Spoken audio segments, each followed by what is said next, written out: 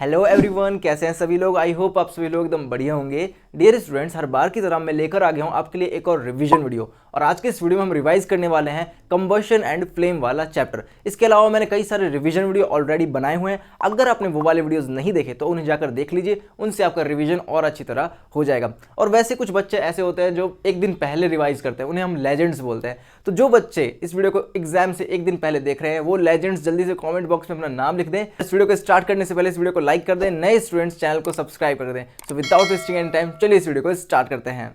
तो यहाँ पर सबसे पहले आती हैं दो चीजें, कंबशन एंड फ्लेम। देखिए, सबसे पहले हम कंबशन वाला पार्ट समझेंगे कि कंबशन क्या होता है। कंबशन से जुड़ी जितनी भी चीजें हैं उन सभी को अच्छी तरह समझ लेंगे। डियर स्टूडेंट, सबसे पहले आपको इसकी डेफिनेशन पता होनी चाहिए कि भाई कंबशन होता ही क्या है, कंबशन क्या होता है, क्यों होता है और कंबशन होने से क्या होता है। डियर स्टूडेंट्स, कंबशन एक केमिकल प्रोसेस है। आपको ये बात याद रखना है कि कंबशन एक केमिकल प्रोसेस होती है। ये एक ऐसी केमिकल प्रोसेस होती है जिसमें एक सब्सटेंस को जलाया जाता है, एक सब्सटेंस को जलाया जाता है जिससे हमें हीट एनर्जी मिलती है। कौन सी एनर्जी मिलती है? हीट एनर्जी मिलती है। हीट के अलावा वहाँ पर लाइट और साउंड एनर्जी भी मिल सकती है, बट आपको ये याद रखना है कि कंबशन के लिए हीट एनर्जी तो हमें मिलेगी ही मिलेगी। ठीक है, तो देखो, it is a chemical process in which a substance reacts with air to give off heat. यानी कि देखो, यहाँ पर कह रहा है कि ये एक केमिकल प्रोसेस है जिसमें एक सब्सटेंस जो होता है वो रिएक्ट करता है एयर के साथ, हवा के साथ, और वहाँ पर हमें क्या मिल जाता है बच्चे? हीट मिल जाती है। क्या मिल जाती है? हीट। मैंने आपको स्टार्टिंग में कहा था कि किसी सब्सटेंस को बर्न करना कंबशन है, वो भी सही है। देखो, होता क्या है कि मान लीजिए मेरे पास ये एक मार्कर है, अगर मैं इसके ऊपर थोड़ा पेट्रोल डाल दूँ और इसमें आग लगा दूँ, ठीक है, तो ये जल जाएगा। अब ये जल क्यों पाया? क्योंकि जो ये आग लगाई थी, ये लगाई थी हमने एयर की प्रेजेंस में, और एयर में क्या होता है? Oxygen, O2। एयर में क्या होता है? ऑक्सीजन।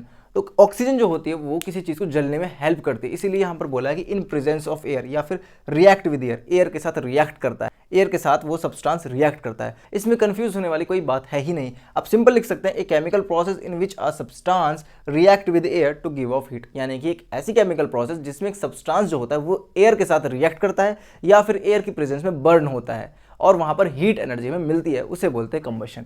ठीक है, अब यहां पर देखिए, ये मैंने कहा कि एक सब्सटेंस को जलाया जाता है जिससे हमें क्या मिलती है? Heat energy. उस सब्सटेंस को यहां पर हम बोलेंगे कंबस्टिबल सब्सटेंस। कंबस्टिबल यानी जिसको जलाया जा सके या फिर जो कंबशन वाली प्रोसेस कर सके, which is able to do combustion. मान लीजिए मेरे पास ये मार्कर है, अगेन इसको जलाया जा सकता है, बिल्कुल जलाया जा सकता है। मान लीजिए यहाँ पर पानी होता, पानी क्या उसे जलाया जा सकता है? नहीं।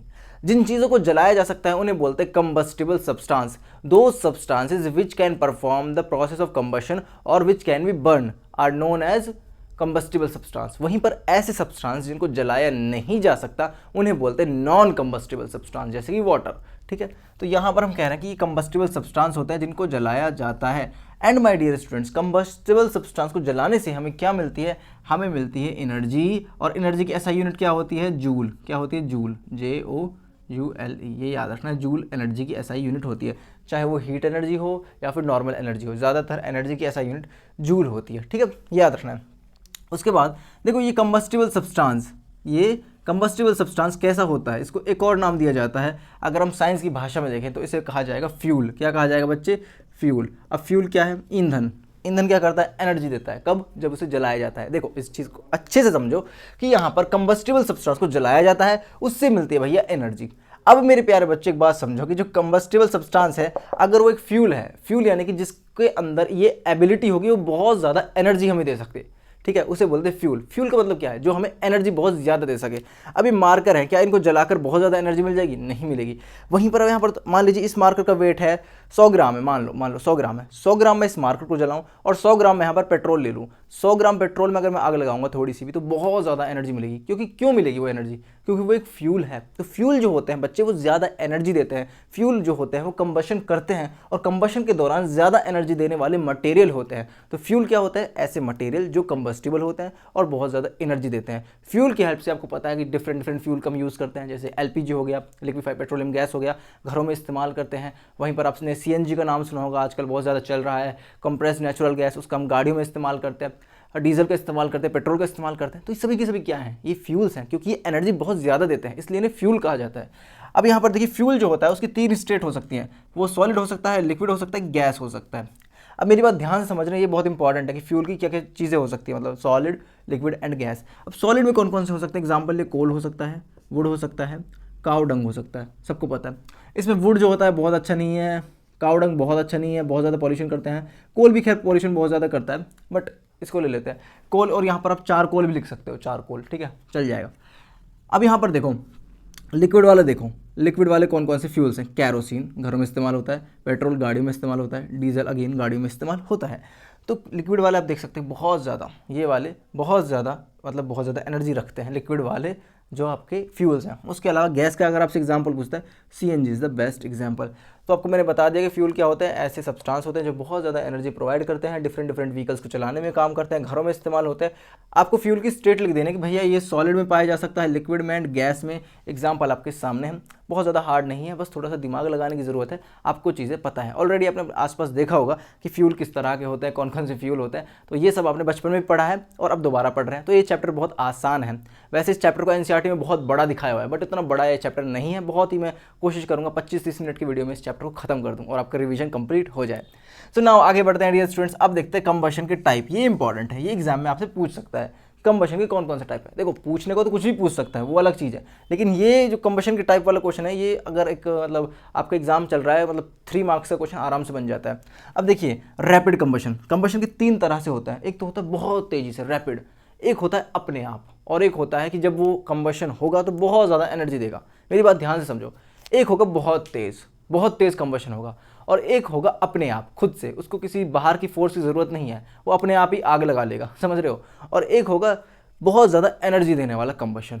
तो यहाँ पर देखो सबसे पहले रैपिड, रैपिड का मतलब होता है बहुत तेज़, रैपिड का मतलब होता है बहुत तेज़। एक ऐसे कंबशन जो बहुत तेज़ी से हो उसे बोलेंगे rapid combustion. It occurs very fast. इसका एग्जांपल क्या है, बर्निंग ऑफ मैच स्टिक। आपने देखा होगा जब आप मैच स्टिक को बर्न करते हो डियर स्टूडेंट्स, तो वहाँ पर जो मैच स्टिक होती है बहुत तेज़ी के साथ जल जाती है, बहुत स्पीड के साथ जल जाती है। अगर आप थोड़ा सा पेट्रोल पटक दो और उसमें थोड़ी सी आग लगा दो, बहुत तेज़ी से जलेगा, पर करना नहीं है काम, ठीक है, पेट्रोल वगैरह को टच नहीं करना आपको। तो मैच स्टिक का एग्जाम्पल बेस्ट है भैया, जो मैच स्टिक को जब जलाते हैं तो बहुत जल्दी से वो जल जाता है तेज़ी के साथ। तो इसीलिए इसकी जो कैरेक्टरिस्टिक है रैपिड कंबशन की वो है स्पीड, यानी बहुत तेज़ी के साथ होगा। उसके बाद आता है स्पॉन्टेनियस। स्पॉन्टेनियस का मतलब होता है अपने आप। क्या होता है, अपने आप। स्पॉन्टेनियस मतलब अपने आप, उसको किसी मतलब ऐसा नहीं कि बाहर से कुछ अलग से कुछ चीज़ें चाहिए, मतलब वो अपने आप ही हो जाएगा, बाय नेचर, बाय नेचुरल, ठीक है, समझ रहे हो, अपने आप होगा। देखो मैं क्या कहना चाहता हूँ, विदाउट एनी अपेरेंट कॉज, यानी कि ये पता ही नहीं चलेगा ये हुआ कैसे था। एक तो होता है कि जैसे मान लो हम खुद से किसी काम को कर रहे हैं, हमें पता है कि हम क्या कर रहे हैं।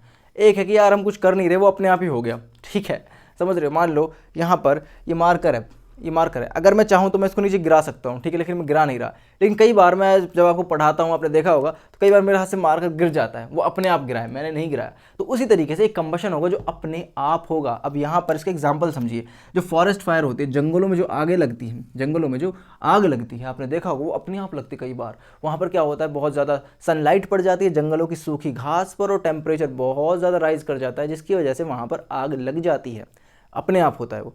उसके अलावा कोल माइन समझते हो क्या होता है, जो कोल होता है जब उसको माइन में से निकाला जाता है, ज़मीन के नीचे से खुदाई करके निकाला जाता है, तो कई बार क्या होता है वहाँ पर कोल डस्ट होता है। क्या होता है बच्चे, कोल डस्ट, ये आपको याद रखना है, कोल डस्ट।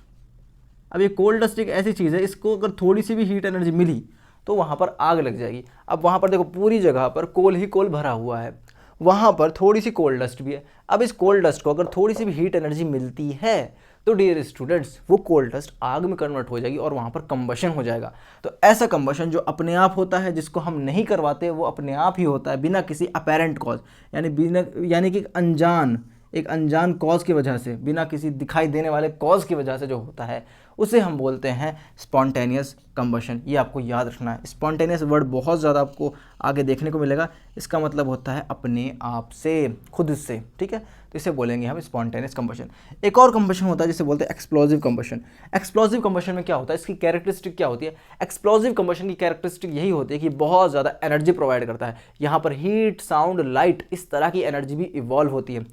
देखो यहाँ पर फॉरेस्ट फायर में क्या हो रहा था बच्चे, यहाँ पर ओनली हमें हीट एनर्जी देखने को मिल रही थी, लाइट एनर्जी देखने को मिल रही थी, ठीक है, और मैच स्टिक वाले केस में भी हीट और लाइट दोनों देखने को मिल रहा था। लेकिन एक्सप्लोजिव में क्या होगा, लार्ज अमाउंट ऑफ हीट निकलेगी। कितनी निकलेगी, लार्ज अमाउंट ऑफ हीट। बच्चे याद रखना, लार्ज वर्ड आपको यहाँ पर इंक्लूड करना है कि लार्ज अमाउंट ऑफ हीट हमें मिलेगी इन एक्सप्लोजिव कंबशन, और यहाँ पर हमें साउंड भी देखने को मिलेगा, लाइट भी देखने को मिलेगी। इसके अलावा यहाँ पर गैस का इवोल्यूशन भी होगा, यानी काफ़ी सारी गैस भी यहाँ पर निकल सकती है। कौन से कंबशन में बच्चे?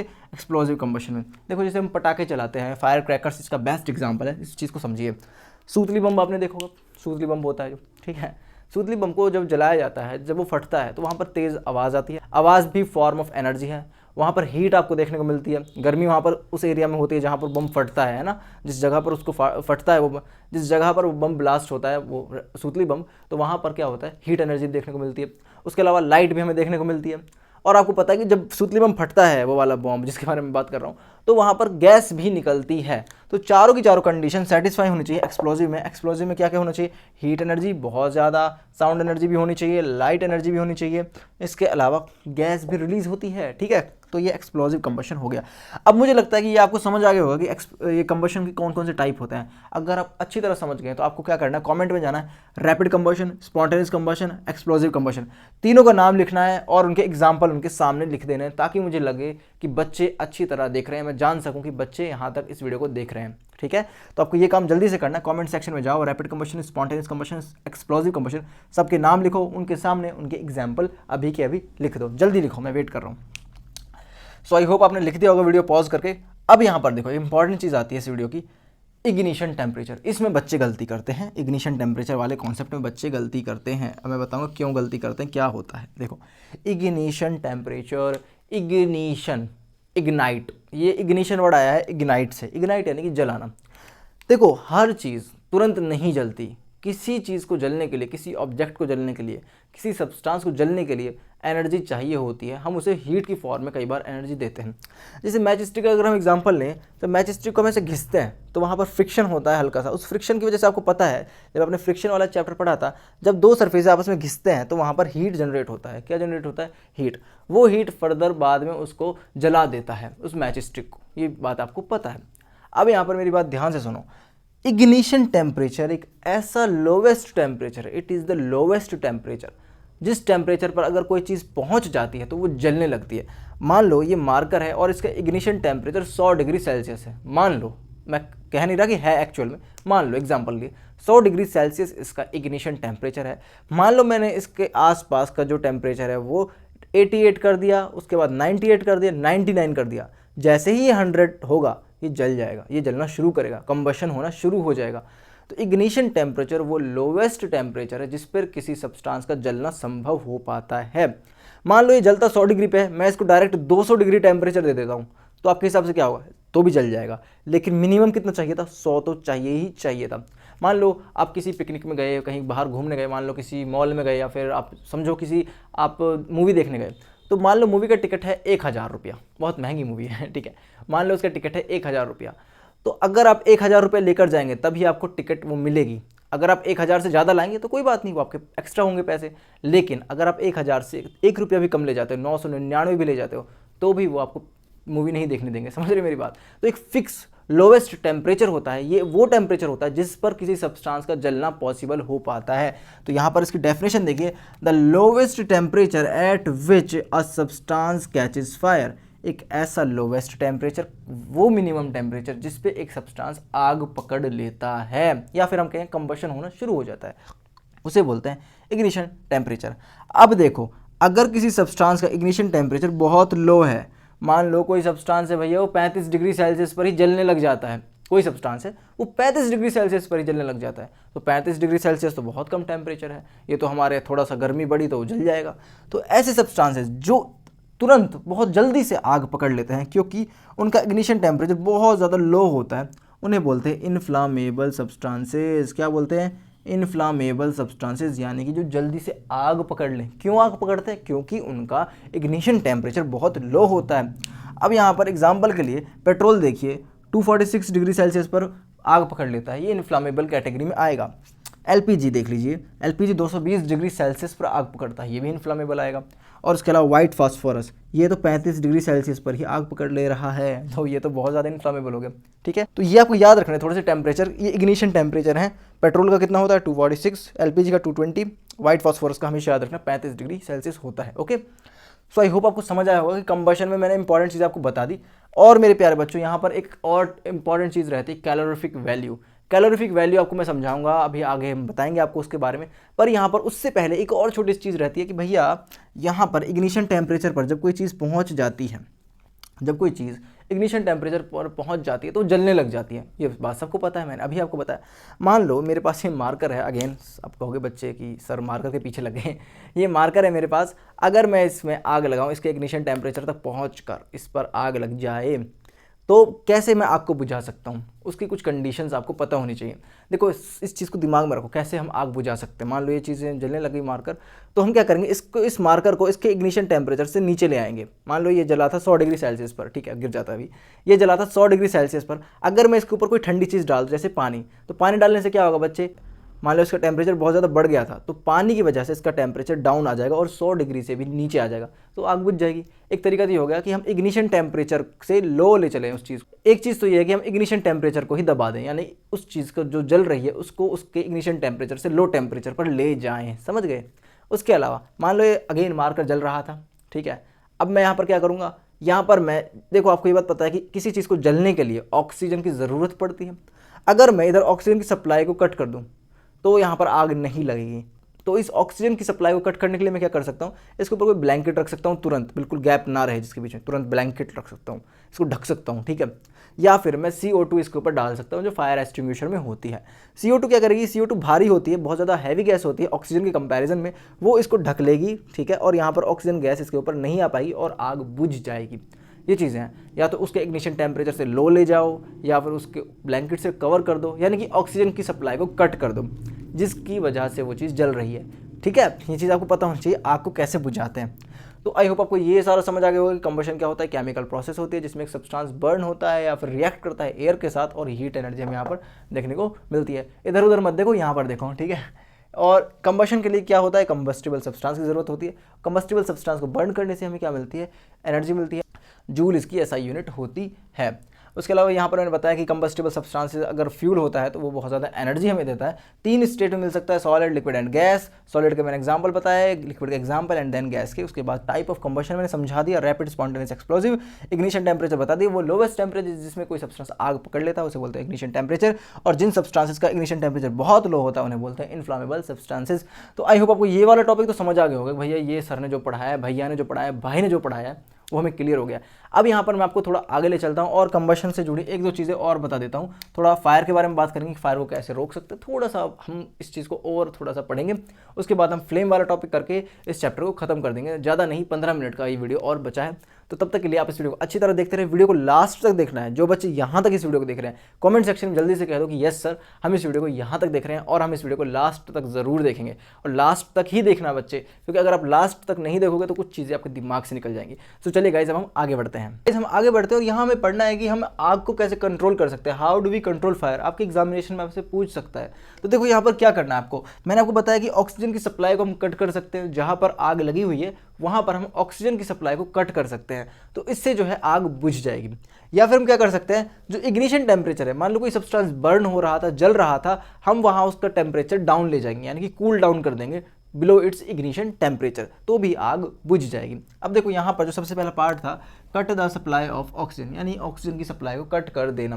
मान लो यहाँ पर फिर से अगेन मेरे हाथ में आग लग गई है, ठीक है, नहीं मजाक कर रहा था, मान लो मार्कर में आग लगी हुई है।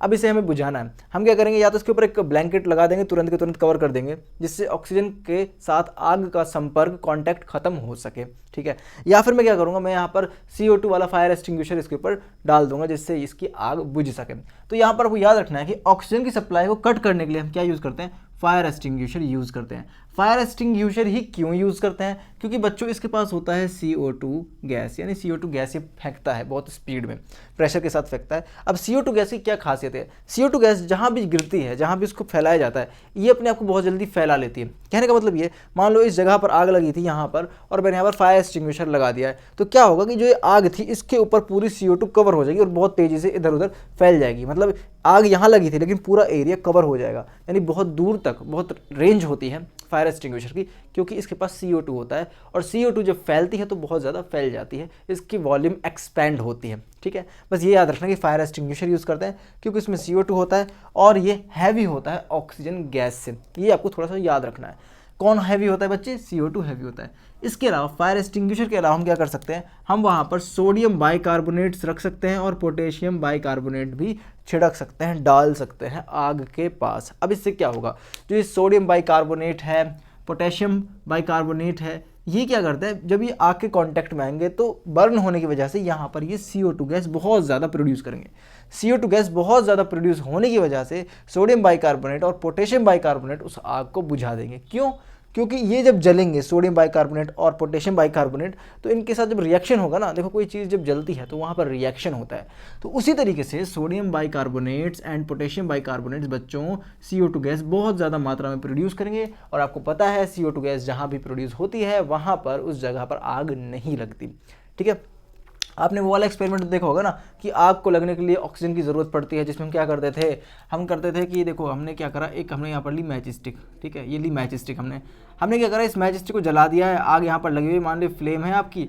अब मैंने तो क्या करा कि इसको मैंने कंप्लीटली कवर कर दिया, क्या करा, कंप्लीटली कवर कर दिया, तो कुछ समय बाद ये बुझ जाएगी, है ना, क्योंकि यहाँ पर इसके आसपास जो है बाउंड्री है, कवर हो गया है और यहाँ पर अब इसे ऑक्सीजन गैस नहीं मिल रहा है। वहीं पर अगर मैं क्या करता, मैं इधर इसको ऐसे रखता, इस फ्लेम को इस तरह से, तो आप देख सकते हैं कि यहाँ पर इसको ऑक्सीजन गैस पर्याप्त मात्रा में मिल जाएगी, O2 गैस मिल जाएगी, तो ये नहीं बुझेगी। तो हमने क्या करा, कवर कर दिया है, कट कर दिया है ऑक्सीजन की सप्लाई को।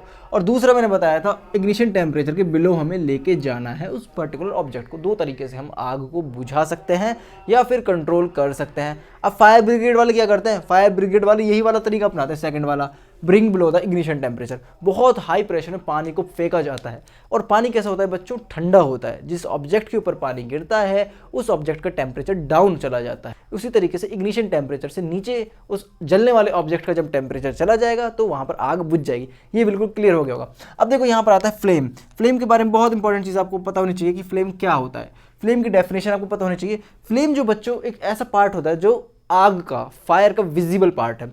Flame is the visible gaseous part of fire. ये लाइन अभी आप याद कर लो प्लीज, ये बहुत इंपॉर्टेंट है। Visible gaseous part, gaseous part यानी गैस वाला पार्ट है फायर का। मतलब कि फायर के अंदर जो सब्सटेंस जब बर्न होता है तो हमें जो आग का कलर दिखाई दे रहा होता है वो क्या होता है, एक्चुअल में गैस होती है। क्या होती है, गैस होती है। अब देखो होता क्यों है, इसका कॉज क्या है, क्यों फ्लेम बनती है, इंपॉर्टेंट चीज़ है, समझिए। व्हेन अ सब्सटेंस वेपराइज, जब एक सब्सटेंस वेपराइज होता है, वेपर समझते हो ना, भाप में कन्वर्ट होने लग जाता है जलते समय, ठीक है, कंबशन के दौरान जब कोई सब्सटेंस वेपराइज होता है बच्चों, तो वहाँ पर बर्निंग की वजह से हमें क्या देखने को मिलती है, फ्लेम देखने को मिलती है। इंपॉर्टेंट है, इसको याद कर लो। जैसे कैरोसिन होता है, ये क्या होता है, देखो जब इसे जलाया जाता है तो ये वेपराइज होता है, ठीक है, कैरोसिन भी वेपराइज होता है। वहाँ पर जो हमें आग दिखती है, लौ दिखती है, उसे हम बोलते हैं फ्लेम।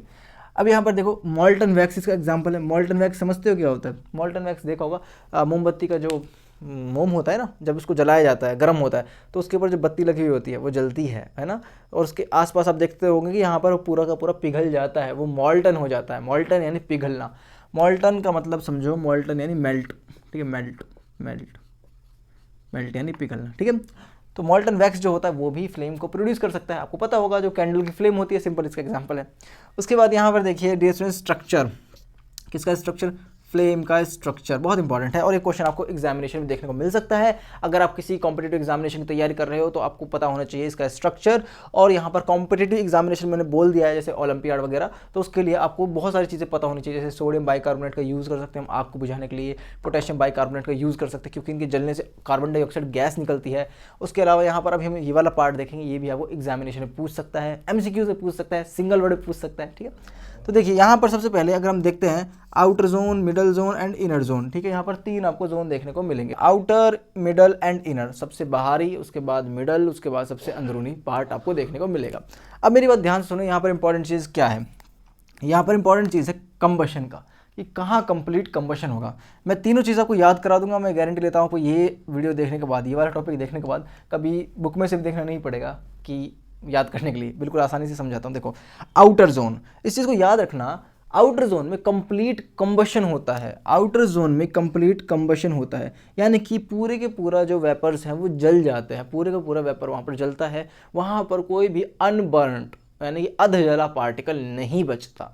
तो आउटर जोन एक ऐसा जोन है जहाँ पर कंप्लीट कंबशन होता है बच्चों, और जहाँ पर भी कंप्लीट कंबशन होगा वो जगह अपने आप बहुत ज़्यादा गर्म होगी, तो ये हॉटेस्ट जोन अपने आप में बन जाएगा। और एक बात ये भी याद रखना, जहाँ पर कंप्लीट कंबशन होता है उधर कलर निकल के आता है ब्लू कलर निकल के आता है। कंप्लीट कंबशन होगा, कंप्लीट कंबशन होने की वजह से ज़्यादा उसका टेम्परेचर होगा, हॉटेस्ट वो पार्ट होगा और ब्लू कलर का वो देखने को मिलेगा। ठीक है, आगे समझ में। मिडल वाला पार्ट देखो, मिडल वाला कैसा होगा, यहाँ पर देखो बाहर कंप्लीट कंबशन हो रहा था, मिडल में हल्का सा कम होगा कंबशन, यानी कि पार्शियल कंबशन होगा। कैसा होगा, पार्शियल कंबशन होगा। अब मैंने कहा कि जितना ज़्यादा कंबशन उतनी ज़्यादा हीट एनर्जी, उतना ज़्यादा हॉट। यहाँ पर पार्शियल कंबशन है तो हीट एनर्जी थोड़ी सी कम हो जाएगी, तो यहाँ पर मॉडरेटली हीट ही देखने को मिलेगा। ठीक है, मॉडरेटली हीट होगा। उसके बाद मॉडरेटली हॉट होगा, सॉरी कम मतलब बीच का सा गर्म होगा, ज़्यादा नहीं। कलर इसका येलो होगा, ये याद रखना है, येलो होगा। उसके बाद इनर जोन, सबसे अंदरूनी पार्ट, यहाँ पर सबसे कम कंबशन होगा, लीस्ट कंबशन होगा और यहाँ पर अनबर्न्ड पार्टिकल्स होंगे। कैसे पार्टिकल होंगे, अनबर्न्ड पार्टिकल्स। ठीक है, अनबर्न्ड पार्टिकल्स यहाँ पर मौजूद होंगे सबसे ज़्यादा, क्योंकि यहाँ पर लीस्ट कंबशन हो रहा है, सबसे कम कंबशन हो रहा है और यहाँ पर सबसे कम कंबशन होने की वजह से इसका टेम्परेचर भी लीस्ट हॉट है, बहुत ज़्यादा हॉट नहीं है इन ऊपर वाले के दो के कंपैरिजन में। वैसे हॉट है, ऐसी बात नहीं, गर्म है, पर इन दोनों से कंपेयर करें तो सबसे कम कहाँ मिलेगा आपको टेम्परेचर, इनर जोन में। और इसका कलर होता है बच्चों ब्लैक। ठीक है, ब्लैक कलर का होता है कौन सा, inner zone. So I hope आपको ये समझ आया होगा। आउटर जोन कंप्लीट कंबशन सबसे ज़्यादा हॉट होगा, ब्लू कलर का होगा। मिडल जोन आपका जो होता है पार्शियल कंबशन होगा, यहाँ पर हल्का सा टेम्परेचर मॉडरेटली हॉट होगा और यहाँ पर ये जो है येलो कलर का होगा। कलर याद रखना है बस। उसके बाद यहाँ पर सबसे अंदरूनी पार्ट लीस्ट होगा कंबशन, लीस्ट कंबशन के साथ लीस्ट हॉट होगा और यहाँ पर कलर होगा ब्लैक। ठीक है, तो ये आपको स्ट्रक्चर ऑफ फ्लेम समझ आया। फ्लेम क्या होता है, विजिबल गैसियस पार्ट होता है फायर का, मतलब जो फायर के अंदर देखा जाने वाला गैसियस पार्ट है उसको फ्लेम कहते हैं। फ्लेम क्यों बनता है, जब सब्सटेंस जो होता है वो जलता है और वो वेपराइज होता है। जब सब्सटेंस जलता है और वेपराइज होता है तो हम कहते हैं कि हाँ भैया यहाँ पर हमें फ्लेम देखने को मिलेगी। कौन कौन से सब्सटेंस फ्लेम देते हैं, कैरोसिन देता है, मोल्टन वैक्स देता है, पेट्रोल देता है, इसके अलावा भी कई सारे हैं, जैसे कि आपका डीजल हो गया, वो भी फ्लेम देता है। ठीक है, और कैसे हमने फायर को कंट्रोल किया था मैंने बताया था, ऑक्सीजन की सप्लाई को कट करने के बाद। ऑक्सीजन की सप्लाई कैसे कट किया, फायर एक्सटिंग्विशर से, क्योंकि फायर एक्सटिंग्विशर में होता है CO2 होता है हैवी, CO2 हैवी होने के साथ बहुत जल्दी दूर तक फैल जाता है, जिसकी वजह से वहाँ पर ऑक्सीजन की सप्लाई कट जाती है। या फिर हम यूज़ कर सकते हैं इग्निशन टेम्परेचर को नीचे लाकर, ठीक है, यानी जैसे फायर ब्रिगेड में पानी लाकर कर सकते हैं। उसके अलावा मैंने बताया वही फायर एक्सटिंग्विशर के अलावा सोडियम बाइकार्बोनेट, पोटेशियम बाइकार्बोनेट भी यूज़ कर सकते हैं।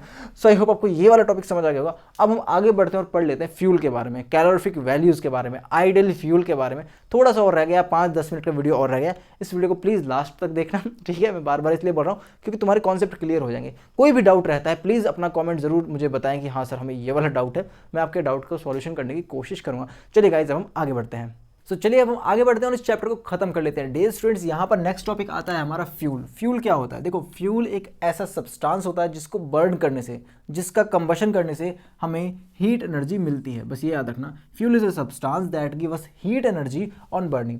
हीट के साथ कई बार लाइट एनर्जी भी दे देता है, कोई टेंशन नहीं है, बट मेजॉरिटी में यहाँ पर हमें हीट एनर्जी याद रखना है। अब यहाँ पर देखिए एक टर्म आती है ideal fuel. Ideal fuel, ideal का मतलब होता है जो सारे काम कर सके, जो बहुत ज़्यादा परफेक्ट हो, उसे बोलते हैं आइडियल। तो कई बार एग्जामिनेशन में क्वेश्चन पूछ लेता है कि क्या कोई ऐसा फ्यूल है जो आइडियल है। ऐसा कोई भी फ्यूल नहीं है जो आइडियल है। आप खुद ही सोचिए कि एक फ्यूल कितना काम कर सकता है। मान लो उसको हम एक छोटी सी जगह पर भी यूज़ करें, बहुत बड़ी जगह पर भी यूज़ करें। समझ रहे हो, मेरे कहने का मतलब ये है कि एक फ्यूल सारी की सारी रिक्वायरमेंट पूरी नहीं कर सकता। तो इसका मतलब कोई भी आइडियल फ्यूल एग्जिस्ट नहीं कर सकता। अब एग्जांपल के लिए समझिए इस चीज़ को, आपकी क्लास में क्या कोई ऐसा बच्चा है जो गाने में, नाचने में, बोलने में और पढ़ाई में, स्पोर्ट्स में, सारी चीज़ों में परफेक्ट हो? ऐसा कोई नहीं होता, ठीक है। तो आइडियल फ्यूल का मतलब यही है कि जो सारी की सारी रिक्वायरमेंट के पूरा कर सकते। A fuel that can fulfil all the requirement is known as the ideal fuel. और रियलिटी में कोई भी आइडियल फ्यूल अभी तक प्रेजेंट नहीं है जो सारे के सारी रिक्वायरमेंट को फुलफिल कर दे। सिंपल सी बात है। अब यहाँ पर देखिए एक टर्म आता है कैलोरीफिक वैल्यू। ये कैलोरीफिक वैल्यू आपका जो टॉपिक है ये आता है एफिशिएंसी ऑफ फ्यूल से, मतलब कि फ्यूल में कितनी एफिशिएंसी है उसका पता लगाने के लिए हमें कैलोरीफिक वैल्यू का पता लगाना होता है। मेरी बात ध्यान से समझिए, एफिशिएंसी क्या होता है, मतलब काम करने की ताकत, ऐसे समझिए एफिशिएंसी। मान लीजिए आपकी क्लास में 4 बच्चे हैं, 4 नहीं 2 बच्चे हैं मान लो।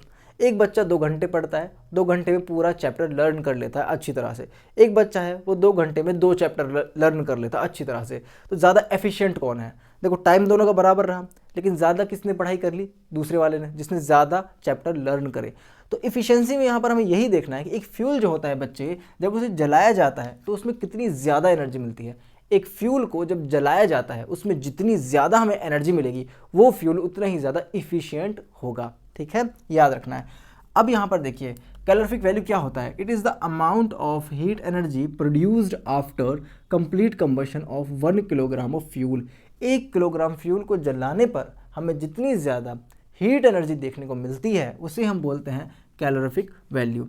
अब अलग अलग कैलोरीफिक वैल्यू होती है अलग अलग फ्यूल्स की। ठीक है, ये भी आपको पता है। अब CV का फॉर्मूला देखिए, CV यानी कैलोरीफिक वैल्यू, किलो जूल यानी कि अमाउंट ऑफ एनर्जी जो हमें मिली है, डिवाइडेड बाय किलो फ्यूल यानी 1 किलो फ्यूल से, या फिर फ्यूल जितना ज़्यादा हमने लिया था, मतलब किलोग्राम में ही फ्यूल को लेंगे। अब यहाँ पर आपके NCERT में क्वेश्चन दिया हुआ है कि 4.5 किलोग्राम फ्यूल को जलाया गया और वहाँ पर हमें 1,80,000 किलो जूल्स ऑफ एनर्जी देखने को मिली। तो कैलोरीफिक वैल्यू क्या हो? यहाँ पर आपको न्यूमेरिकल करना आना चाहिए। इसमें कई बार क्वेश्चन पूछता है, जैसे आपके NCERT में क्वेश्चन दिया हुआ है 4.5 किलोग्राम फ्यूल को जब बर्न किया गया तो 1,80,000 किलो जूल एनर्जी मिली, तो वहाँ पर कैलोरीफिक वैल्यू क्या है? तो देखो यहाँ पर फ्यूल का अमाउंट लिखो। फ्यूल कितना था? फ्यूल कितना था हमारे पास? फ्यूल था हमारे पास 4.5 kg, किलोग्राम में है। देखना कि यूनिट किलोग्राम में और किलो जूल में ही होनी चाहिए। और हमें जो एनर्जी मिली थी बच्चे, एनर्जी मिली थी, वो मिली थी 1,80,000, इकाई दहाई सैकड़ा हज़ार लाख, मान लो इतनी एनर्जी हमें मिली थी, और ये मान लो हमें मिली किलो जूल में। अब यहाँ पर हमसे कह रहा है कि CV निकालो, इसकी कैलोरीफिक वैल्यू निकालो। ठीक है, तो यहाँ पर ये वैल्यूज हमें दी हुई हैं। अब इनको पुट करना है फॉर्मूले के अंदर, यानी किलो जूल आएगा ऊपर और किलोग्राम आएगा नीचे। अब देखो किलो जूल हमारा क्या है, ये वाला, ये हमारा 1840 होंगे। ठीक है, डिवाइडेड बाय 4.5। ठीक है, दोनों किलो जूल में है। ये किलो अपनी अपनी यूनिट में है, किलोग्राम और किलो जूल। ठीक है, अपनी अपनी यूनिट में है। ये आपको याद रखना है कि किलो जूल और किलोग्राम में होना चाहिए, अदरवाइज हमें कन्वर्ट करना पड़ेगा। अब देखो यहाँ पर क्या करना है, यहाँ पर इस पॉइंट को हटाएंगे, ये ऊपर चला जाएगा 10 मल्टीप्लाई में। अब यहाँ पर हम सीधा रखेंगे 5 का रखेंगे, 5 9 जा 45।